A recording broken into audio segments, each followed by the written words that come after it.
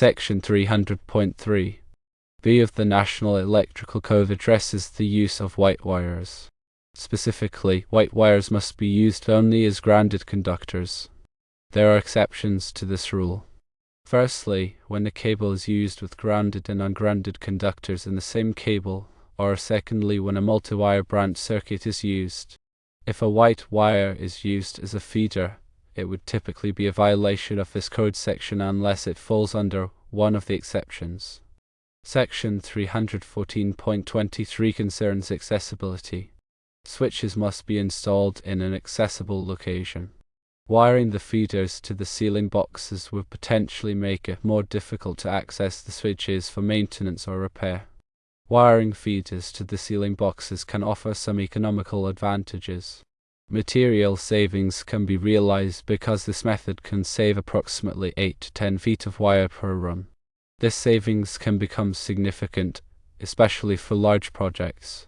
For example, a 200-foot circuit could potentially save around 320 to 400 feet of wire. Labor savings can also be achieved. Running wires from switch to switch generally requires more time and effort compared to wiring directly to the ceiling boxes. There are practical considerations to keep in mind. Firstly, ceiling fan access. Wiring feeders to the ceiling boxes would make it more difficult to remove ceiling fans for maintenance or replacement. Secondly, troubleshooting.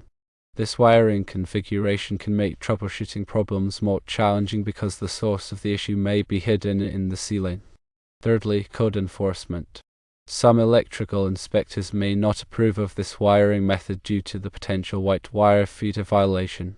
In conclusion, while wiring circuit feeders to the ceiling boxes can save money on materials and labor, it is generally not recommended due to code infractions and practical considerations. If strict code compliance is a priority, avoid wiring feeders to the ceiling boxes. If saving money is a primary concern, wiring feeders to the ceiling boxes can be an option, but be aware of the potential code violations and practical challenges. As an alternative, consider a hybrid approach. Wire feeders to the ceiling boxes in areas where space is limited or where there are few switches, but use switch-to-switch wiring in areas where accessibility and troubleshooting are important. To elaborate on the code considerations, let's delve deeper into section 300.3. This section is crucial because it directly impacts how conductors are identified and used within an electrical system. The primary intent of this rule is to ensure that the neutral conductor, which is typically white, is consistently used as the grounded conductor throughout the electrical system. This consistent identification is essential for safety and proper circuit operation. When a white wire is repurposed as an ungrounded conductor, it creates a potential for confusion and safety hazards. For example, someone working on the electrical system might assume that any white wire is a neutral and therefore safe to touch. If that white wire is actually carrying current, it could result in an electric shock. The exceptions to section 300.3 B are carefully defined to allow for certain situations where using a white wire as an ungrounded conductor is permissible, provided that specific precautions are taken. The first exception involves using a cable assembly containing both grounded and ungrounded conductors. In this case, the white wire can be used as an ungrounded conductor if it is permanently re-identified at each termination and outlet. Typically, this re-identification is done by wrapping the wire with colored electrical tape, such as black or red, to clearly indicate that it is not a neutral conductor. The second exception relates to multi-wire branch circuits. In a multi-wire branch circuit, the white wire serves as the neutral conductor for multiple circuits that share a common neutral. However, if one of the ungrounded conductors in a multi-wire branch circuit fails, the white wire can become energized. Therefore, it is essential to take precautions to ensure that the white wire is properly protected and that anyone working on the circuit is aware of the potential for it to be energized. Now let's examine section 314.23, which focuses on the installation and accessibility of electrical boxes.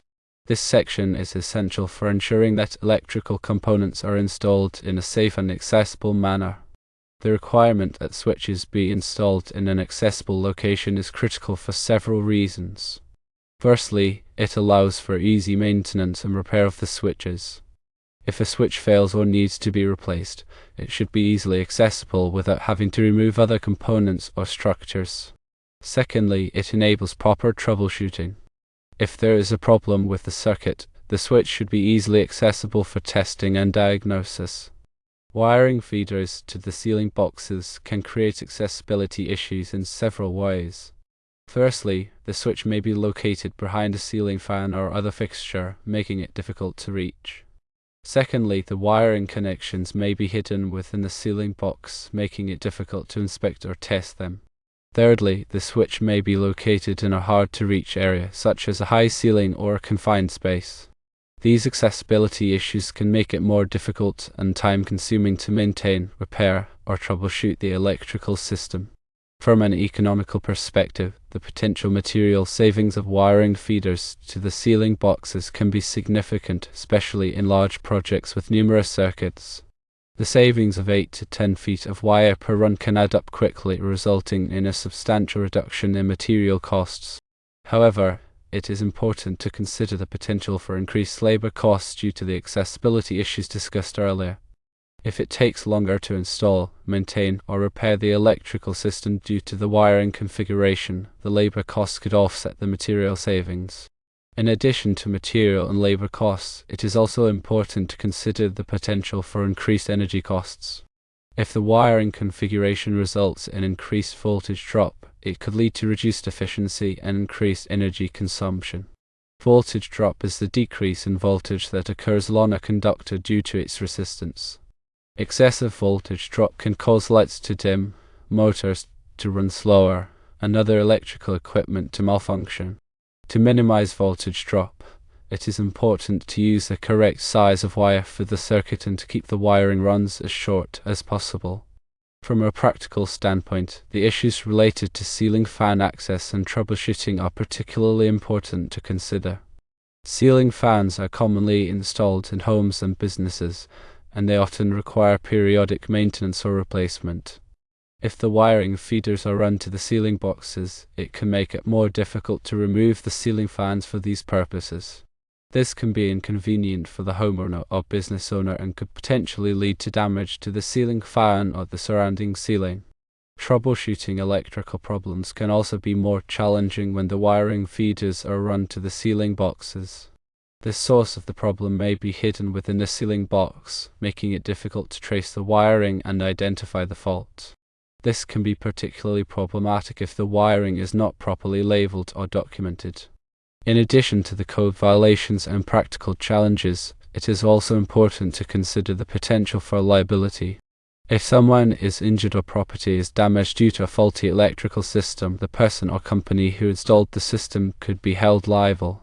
Therefore, it is essential to ensure that the electrical system is installed in accordance with all applicable codes and standards and that it is properly inspected and maintained. To mitigate some of the risks associated with wiring feeders to the ceiling boxes, there are several steps that can be taken. Firstly, ensure that the white wire is properly re-identified at each termination and outlet if it is used as an ungrounded conductor. This can be done by wrapping the wire with colored electrical tape. Secondly, use a wiring diagram or labeling system to clearly identify the wiring connections within the ceiling boxes. Thirdly, provide adequate access to the switches and wiring connections for maintenance and repair. This may involve installing access panels or using flexible conduit to allow for easy removal of the ceiling fans. Fourthly, carefully inspect the wiring system to ensure that it is free of defects and that it meets all applicable codes and standards. To further elaborate on the hybrid approach mentioned earlier, let's consider some specific scenarios where it might be appropriate. In areas where space is limited, such as small closets or hallways, wiring feeders to the ceiling boxes may be the only practical option. In these cases, it is important to take extra precautions to ensure that the wiring is properly installed and that the switches are accessible. In areas where there are few switches, such as a large open room with only 1 or 2 light fixtures, wiring feeders to the ceiling boxes may be a more economical option. However, it is important to consider the potential for future changes to the electrical system. If additional switches or outlets are added in the future, it may be necessary to rewire the system. In areas where accessibility and troubleshooting are important, such as a workshop or a home office, switch-to-switch wiring is generally the best option. This will make it easier to maintain, repair, and troubleshoot the electrical system. When deciding whether to wire feeders to the ceiling boxes or use switch-to-switch wiring, it is important to carefully consider all of the factors involved, including code compliance, material costs, labor costs, accessibility, troubleshooting, and liability. It is also important to consult with a qualified electrician to ensure that the electrical system is installed in a safe and code-compliant manner. In addition to the specific code sections mentioned earlier, there are other relevant code sections that should be considered. For example, Section 314.16 specifies the required box fill for electrical boxes. The box fill is the maximum number of conductors, devices, and fittings that are allowed in an electrical box. It is important to ensure that the electrical boxes are not overfilled, as this can create a fire hazard. Section 310.15 specifies the ampacity of conductors. The ampacity is the maximum amount of current that a conductor can carry safely without overheating. It is important to use conductors that are properly sized for the circuit to prevent overheating and potential fire hazards. Section 404.2 specifies the requirements for switches. Switches must be rated for the voltage and current that they will be carrying. They must also be installed in a manner that prevents accidental contact with energized parts. When working on electrical systems, it is essential to follow all safety precautions to prevent electric shock and other hazards. Firstly, always turn off the power to the circuit before working on it. Secondly, use insulated tools and equipment. Thirdly, wear appropriate personal protective equipment, such as safety glasses and gloves. Fourthly, never work on electrical systems when you are tired or distracted. Fifthly, if you are not comfortable working on electrical systems, hire a qualified electrician. Remember that electrical work can be dangerous, and it is important to take all necessary precautions to protect yourself and others. To summarize the key points, wiring circuit feeders to the ceiling boxes can save money on materials and labor, but it can also lead to code violations and practical challenges. If strict code compliance is a priority, avoid wiring feeders to the ceiling boxes. If saving money is a primary concern, wiring feeders to the ceiling boxes can be an option, but be aware of the potential risks. Consider a hybrid approach to balance the benefits and risks. Always consult with a qualified electrician to ensure that the electrical system is installed in a safe and code-compliant manner. When considering the economical aspect of this decision, it is crucial to analyze the long-term costs versus the immediate savings. While wiring to ceiling boxes might seem cheaper initially due to reduced material usage, the potential for increased troubleshooting time and difficulty in future modifications can lead to higher costs over the lifespan of the installation. For instance, if a homeowner decides to add a smart switch or a dimmer in the future, the existing wiring configuration might necessitate more extensive and costly rewiring than if a switch-to-switch configuration had been implemented from the start.